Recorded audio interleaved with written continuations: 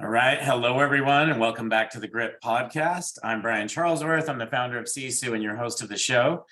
And today, if you're watching, for those of you listening, you won't notice this, but I am in my office instead of my home office. Very seldom do I record podcasts from here, but I'm excited today. I have Dani and Josh Hampton with me, and they have a team that is 5 agents. And they have been going through the same struggle that I would say 90% of teams go through. Like 90% of teams are probably in that same struggle right now. And these guys are on their way out of that. And I know that because I know where they're headed. We're going to talk about that vision today. And I know some of the things they've implemented. And I think it's a journey that we may have to have you guys come back in 9 months, 12 months to talk about where you are today and where you end next year. So you guys did 40 million in volume last year with a very small team, Dani in production.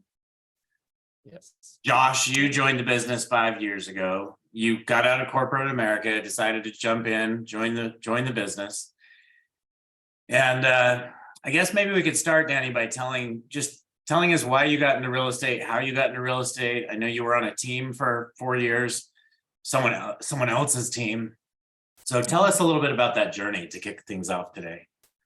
So when I got into real estate, I was fairly young. I was 22 years old. So in that moment, I was thinking about how when you get into real estate, you need to know a lot of people. And all of the people that I knew at that time were most likely still living with their parents or broke. So I kind of naturally went to thinking about I should join a team. I wanted something to stand on and have the confidence of someone who's already proven their business and I could be a part of it. So I did join the gentleman who had helped us sell our house previously, and I joined his team. Honestly, I'm just a people person. So I really like just being able to connect with people and hear their stories and see how I can help them. Right. What year was that you came into the business? 2013? 2013. Okay. So I was lucky enough to be an agent who had to master sign calls. Because in that moment, I don't feel like the market was as easy to access through all of the different apps and things that are out there at this moment. So I had to master the people who are just calling the for sale signs. Okay. But honestly, as far as like the beginning of the business, I got to see an amazing real estate team thrive. We sold a lot of homes, and then I also got to see the real estate team fall apart. So I got to be a part of 2 real estate teams that did pretty high production, but honestly, there was no systems. Okay. Tell me why those teams or that team fell apart. Probably, I would say a lot of it would have to do with the messages that was getting between leadership and agents. So I just never felt like we didn't have the same mission. Okay. And so I felt like, if anything, there was always misalignment there as far as what our mission was. Okay. So that's interesting. So how many agents did they have at their peak? I believe at their peak, I actually think they were probably around the same size as I am now. So about 5 agents. Okay. So I think you all know this, but I'm going to emphasize this again. Any team that stays at 5 agents goes from 5 agents to 1 agent, to 5 agents to 1 agent, to 5 agents to 1 agent. And what happens is the owners of that team end up in production, try to get out of production, in production, trying to get out of production. And it's just not a way to grow and scale a business. So most teams that size do not have systems in place. And that's actually why Sisu exists. So anyway, thanks for sharing that. I'm glad you came to a team though, because even though it was only a team of 5 agents, being on a team, in my opinion, is critical to start out to have success in this business, even more so today than it was 10 years ago. I don't think it's possible today for a new agent to come in on their own and not be on a team and survive more than a year. So I don't know. Do you guys There's a agree lot with of- that? there's Disagree? A lot to learn. Yeah. Yeah, no, We agree. there's so much to learn. I just feel like I got to see what worked and what didn't work. And just like any company, I feel like you should work in that business before you start your own. Yeah, cool. Josh, how did you get sucked into this business? So yeah, I was always doing something for her on the back end as far as handling, organizing her emails, making sure that the finances were correct. She was getting paid correctly. And so while I was working in corporate America, our youngest daughter was born. She was born with a heart condition. And so when we got out of the hospital, she was required to be on medication. And we didn't necessarily trust anyone else to give her medication. So when she turned around and made my annual salary in 1 month, it was pretty much decided that I was the one that was going to quit my job and stay home. And so I did that. And then we talked about it and decided that the best route was for me to join her team and help implement a lot of the processes and systems that she was missing. Okay, so is your role actually the systems, the operations side of the business? Yes, I Okay. handle all of the operations. Okay, and I Dani, tell, oh, your role? Dani? my role right now, Yeah. I'm the lead agent. So I like to say I'm ahead of all marketing and sales. Okay, so you head up sales and marketing, and when you say lead agent, that means you are still, in KW terms, the rainmaker. Yes, You are still in production. yes. Okay, great. It's a great background. So, Dani, do you have the goal of getting out of production? I do. I honestly, it's crazy because I feel like when I got into real estate, I never saw that being a end goal. I honestly thought that you become a real estate agent and you are a real estate agent until the end of time.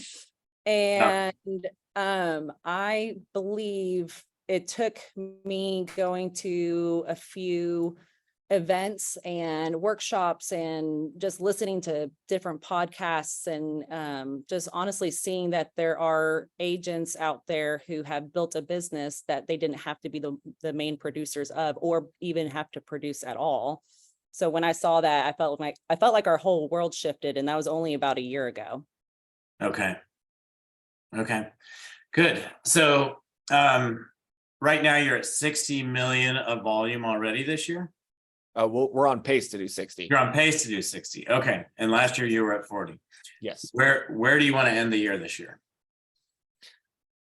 As far as size, I would say we are going to end this year with 12 agents, and we will do 60 million this year.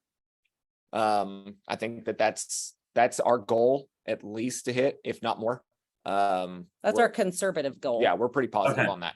So I'm going to say you're going to end the year at 80 million and 12 agents, Yes. Yes. 12 to 15 agents, at least 12 agents, right? Yes. Yes. At least Okay. 12. So we'll report back to everybody on this, but what is different today than 9 months ago, 12 months ago? Like, how are you guys growing in this market, right? I know there are a lot of large teams growing in this market that are recruiting very aggressively. And this is a time that agents are leaving brokerages and moving into teams. This is also a time when new agents feel like they have to be on teams. So things have changed. But like, what's different in your business today than it was, 12 months ago? So a year ago, I believe really understanding where our business was and knowing the numbers, I felt like that was really important, and we didn't track the numbers like I felt like we should have been doing as far as being a real estate team and really owning the fact that we own a business. So now that when we found out our numbers, and I realized that the whole reason why I experienced burnout, I burned out probably every 6 weeks. I would experience some type of burnout. And it was because all of our business was dependent on my lead generation. So when I realized I was the only lead generator on my team and the agents on my team were lead receiving, I realized that we had to change our culture.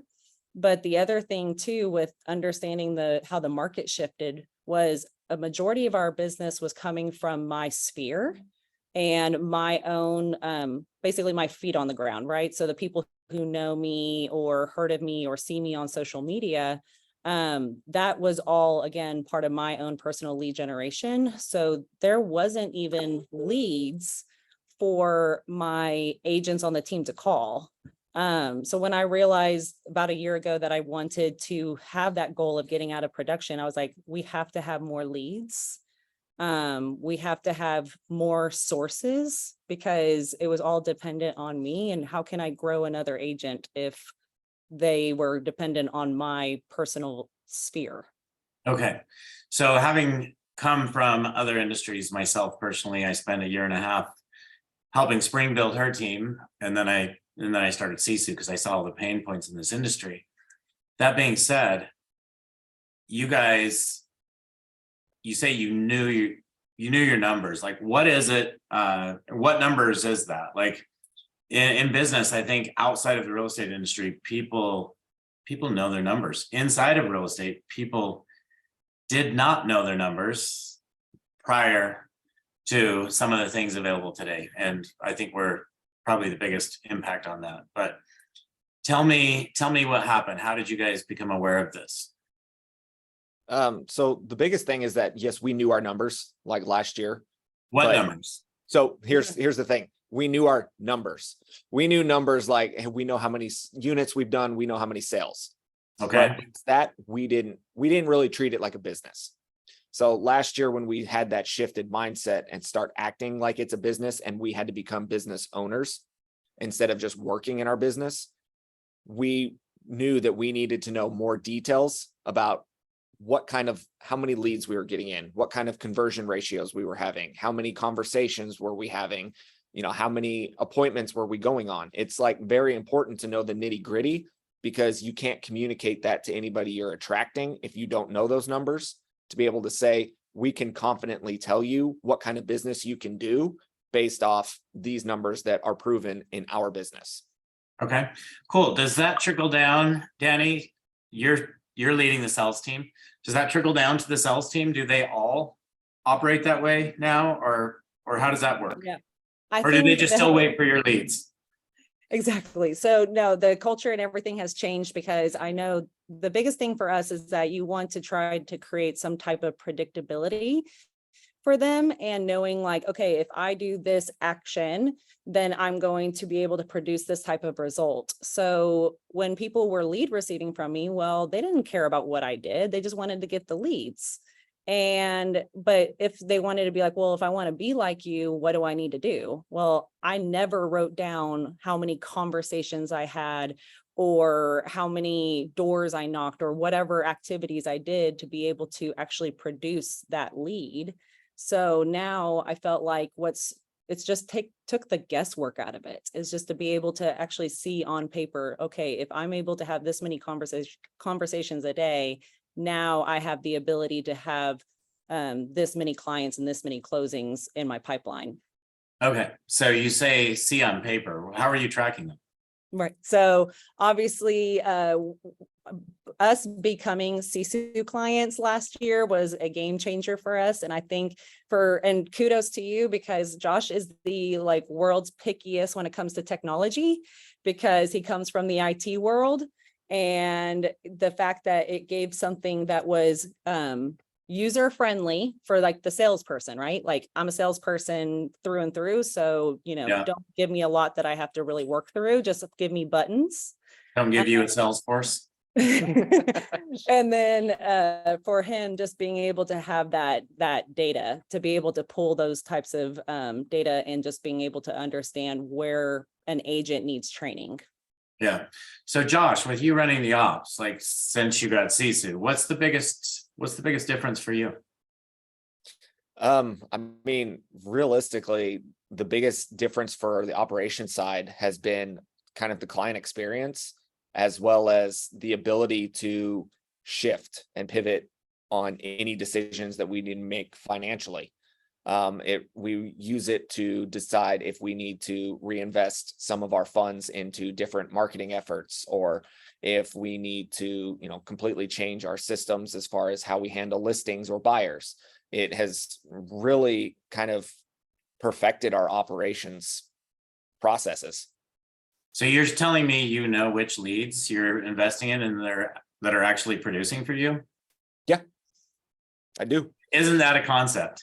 It's crazy. All right. So something you mentioned, Josh, is this, you said the client experience. What's happened with your client experience? So one of the things that we used to do is we have our transaction coordinator that would send out these emails to our clients, and it's basically just updating them throughout the entire process. So how often would these emails go out? It was constant in as far as depending on which part of the process we're in. As soon as they go under contract, they'd get 2 or 3 emails. As soon as they're past their due diligence period, there's another 2 or 3 emails. And it was just probably a total of 10 emails between contract to close. And it really kind of put a little bit of a damper. It was good for the client experience, but now that we've been able to automate it and have those emails go out automatically instead of our transaction coordinator having to write them each time, it's actually freed up her time to focus more on making sure that the client is getting that personal care and touch outside of just emails. Okay, so you set up automated emails, I'm guessing in Sisu, Yes. that based on a certain date, they automatically fire with certain information that you've prepared automatically, so they fire at the right time. Is that correct? That is correct. Okay, cool. Is there anything else on the client side that you guys have done that makes a difference? Well, so it's crazy to me because over the last 5 years, we truly put so much work into these like email templates and these notices to be able to make sure our clients always know what's the next step, because I was trying to remove phone calls from my life. I was trying to remove all those, hey, what's next? What's going on? I wanted them to be ahead of us. And that simple task of, we do not get phone calls or anything anymore because our clients feel like they know what is happening. They are very aware. And the client experience for us is just taking the questions out. They feel confident in what we're doing. They know what we're doing. And, at the end of the day, we get their home sold, but we're able to spend more time. We're able to spend more time focused on that relationship piece because we're not bogged down by all the operations side. Okay. So did you guys roll out the client portal as well? Yes, the client portal has been huge for us because it's the client roadmap. And they're able to see the entire process as we go through it and know what is coming next. I figured when Dani said their clients are always ahead of us, they knew that. I didn't know if you had set up that many automated emails or that they actually are able to log in to the client portal. So have you guys gotten any feedback from the experience on your clients on that, or you've just noticed that they're having a better experience? So we have actually gotten direct feedback from our transaction coordinator that the feedback has been very positive. They've enjoyed being able to just log in somewhere and see what's coming next, what we're doing, and how they can prepare for their closing. Okay, so they actually know you're working for them. Yes, exactly. Dani, has this changed at all the way you follow up with your customers on a weekly basis, your pending customers? Yes. So I just honestly, a couple of the things for myself and for the agents on our team, the fact that we even have our own personal tasks of things to do when clients are in certain parts of the process is just, again, taking that guesswork. We don't have to go assign ourselves these tasks. We're reminded when these things happen, and I'm able to see that I need to call this customer today. And again, we get to just talk about what's going on in her life, build on that relationship side, because I'm not having to spend 20 minutes explaining to her what's the next step. Yeah. So your life has gotten easier. Do you have more freedom than you used to have, Dani? Absolutely. And honestly, what's crazy to me, I think, is The agents who are joining our team and they're doing their own deals and they've done real estate before joining my team. And they said, they're like, it honestly feels so effortless that they get that reminder that closing's coming up. They're calling their client and they just feel like they didn't have to burn all these midnight hours just being able to, make sure something was done because we have everything working in the background. Okay, so systems truly, in my opinion, systems equal freedom, but It's created a lot of balance in our lives. Like, I think something I'm hearing from even agents who are like my social media friends is they're like, how do you get to spend so much time at night with your family doing things or going on vacation and you're still out producing in certain numbers and things like that? And it's like, because we're able to create balance because we have these systems. yeah, cool. So Dani, let's talk a little bit about how you shifted from where you were a year ago. Agents were just waiting for your leads, basically waiting for phone calls from leads you had generated. What are your agents doing now? Like, do you have them prospecting, and how did you make that shift, if so? So yes, I realized when I was having that constant burnout that something had to change. And actually it was in July of last year that we had a big giant meeting with our team and we just said something has to change here. And it was that we had to set standards in our business where if someone was an agent on my team, that they needed to put in so many hours on prospecting for clients and being able to go find leads and do actual lead generation activities. But of course, we wanted to deliver them because they're on our team. We're going to have these systems, we're going to get trained on them, and we're going to understand and we're going to use them. So it honestly, it took a big 180 and we ended up, everyone who was on my team last year, by the end of the year, no one who was on my team was there anymore other than my operations. And we started brand new with our agents. So they left your team because they were agents who did not want to work. Is that right? Yeah. Congratulations. I was going to say, I feel like it was, I call it the monster I created. They came into my world. I built up those expectations. I didn't set standards in my business. And I think it's because I didn't really identify as a business owner. I think I just identified as a agent. Yeah. So you had 5 agents at the time. They were just kind of sitting back waiting for leads. Now you have 5 agents again, correct? Yeah. And So actually, last year we had 3. Yes. Okay. What do these agents, what does their daily schedule look like? Your current agents? So our agents have, we have them on rotation on certain lead days, as far as leads that are coming into our business, that they have certain lead days that are coming in. However, they are expected to make 100 or have 100 conversations a week. They need to have 1 appointment met. We are making sure that they're holding these standards. So if there's open houses, they're scheduling and hosting our open houses on our listings. So we have all of these numbers tracked and they understand, like, okay, if I have this many conversations and this many appointments, I'm going to be able to make my goal at the end of the year.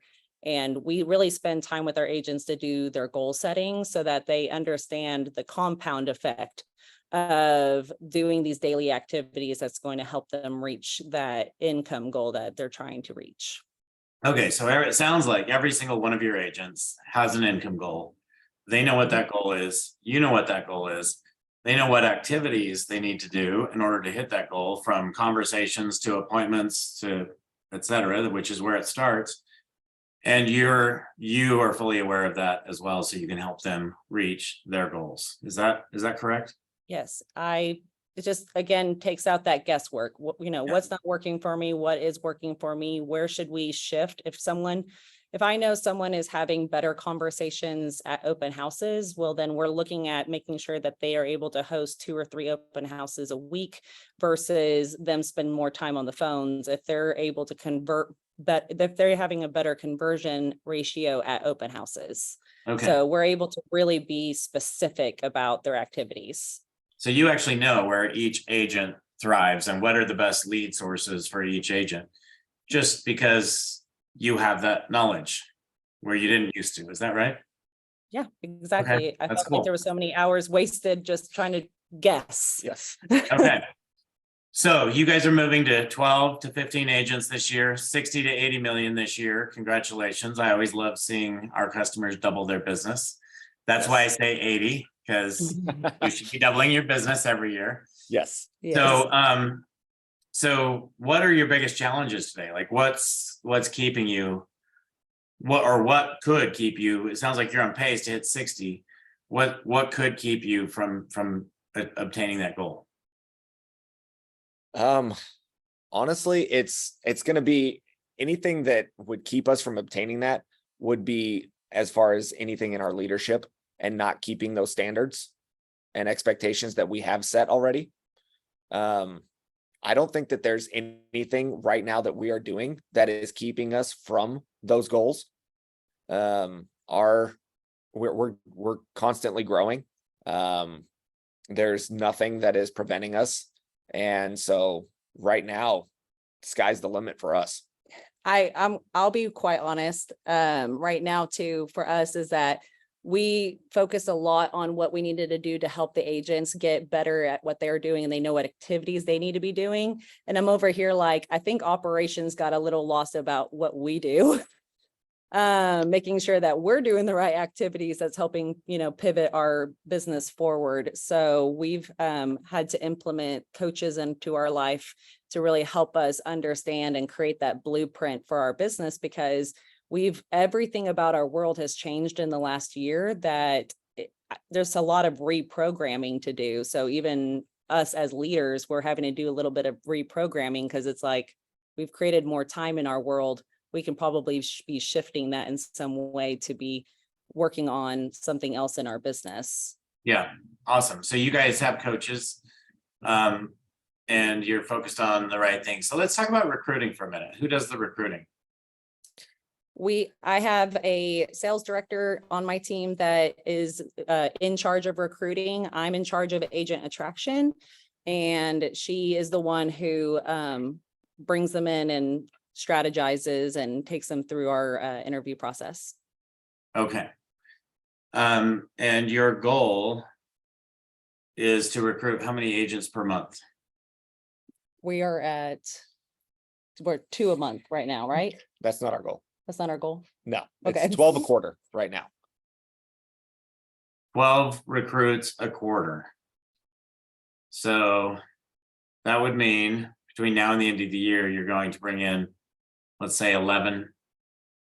Well, actually, that would be 22 to 23 recruits, because we're So slightly. I think so we have that many as far as recruits, but we expect to be net 12 by end of year, just based off, the standard attrition rate that we have in the market, as well as just in general, who might not be a great fit for the culture. Okay. We feel very I'll confident. tell you, based on the systems that you guys now have in place, you're going to find that will actually attract agents to you rather than push them away. At least the correct agents. You won't even get those agents you had before. They won't be attracted to this model, but you will have much better retention rates than you've had in the past. So Yes. So based on what you just said, if you're going to bring in, say, 22 to 24 new people between now and the end of the year, I would say you will probably end the year above 20. So. Well, and we feel pretty good, because I feel like we've right now, recruiting wise, by the end of the month, we will have 6 people going into our first week of onboarding. So I'll already be at a total of 11 agents just by end of July. Okay. Great. Again, not knowing if they'll stay and all those things, of course, keeps us moving forward in our recruiting. So what is your onboarding process? And I meet with so many people that were like, oh, I couldn't even onboard 1, 2, 3 a month. And now you guys have 6 going in all at once. So what is that process? So pretty much over the last year, we've just every single month have been getting better and better. And I think what we noticed, the biggest problem we had in our business was we were only onboarding one agent at a time.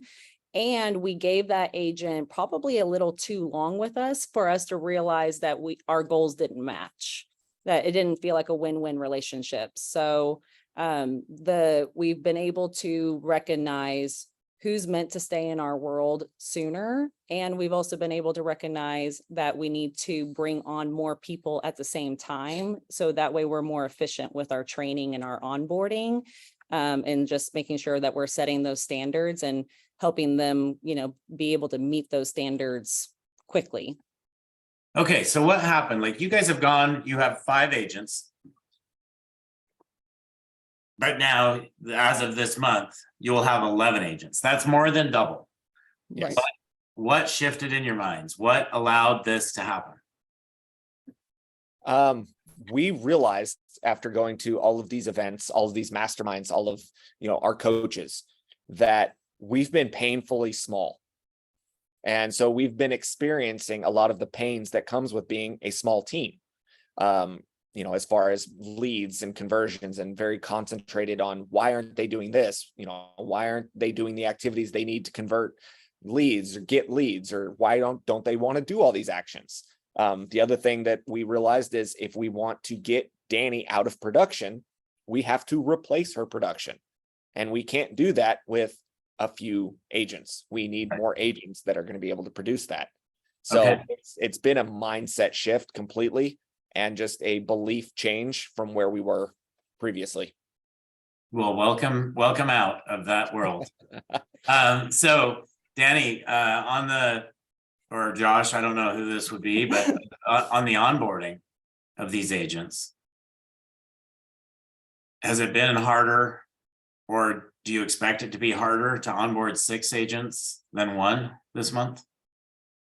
We're becoming more efficient with these systems. I feel like this is very new in our world. We're talking probably only the last 60 days is us getting really strategic about our onboarding. I put too much work into helping our new agents understand how to maybe write a contract or service a client, when I needed them to just feel comfortable talking to people.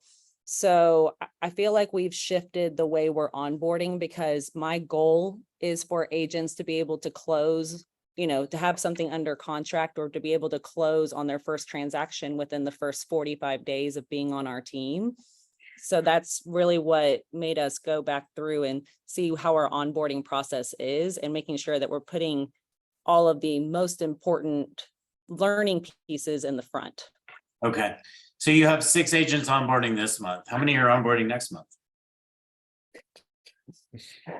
We were supposed to have them spread out, but we decided let's bring them all in. So we're going to do all 6, and we've got more recruiting calls this week. So we'll probably have 3 to 4 for the next onboarding schedule. Okay.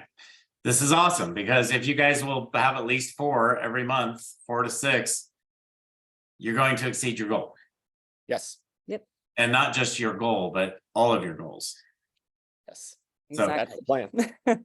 So anyway, this just you guys making this shift is going to allow you to truly grow and scale your business, for Dani to truly get out of production if she wants to.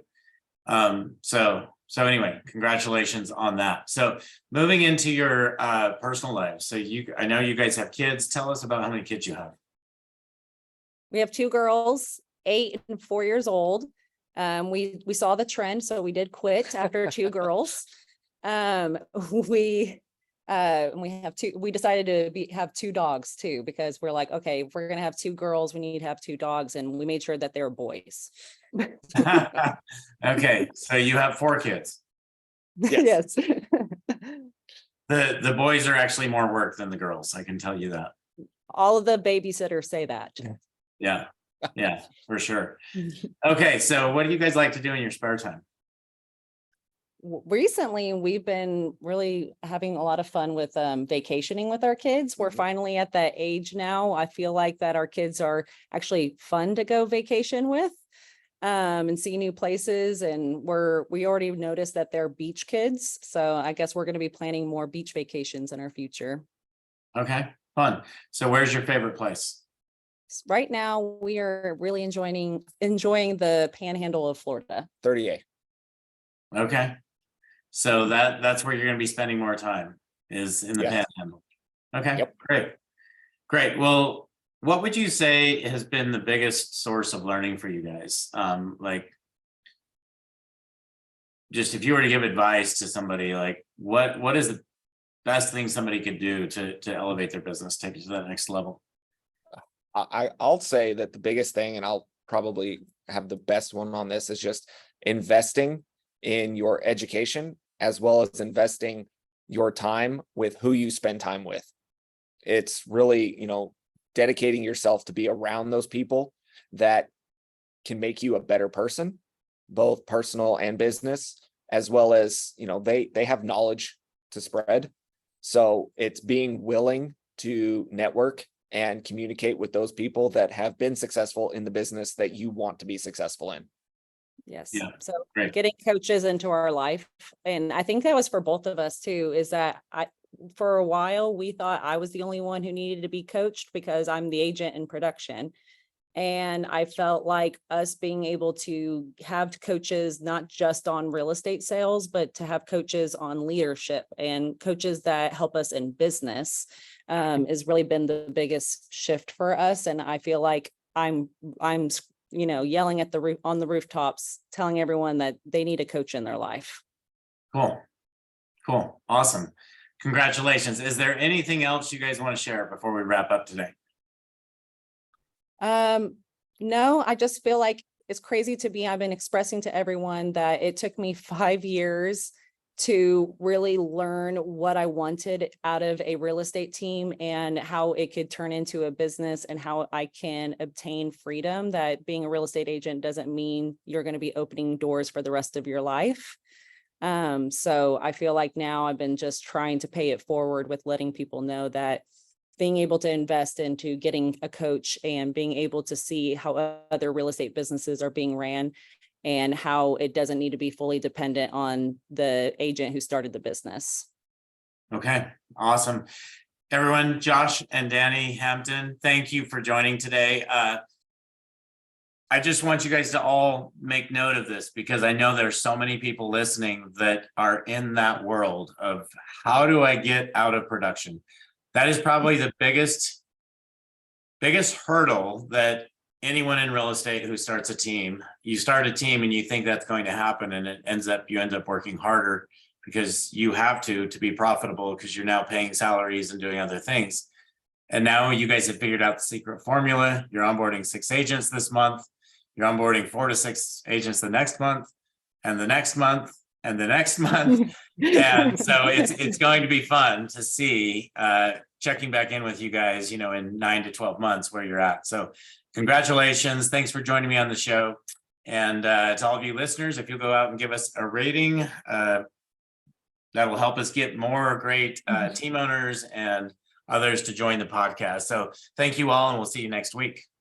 Thank you. Thanks, Brian.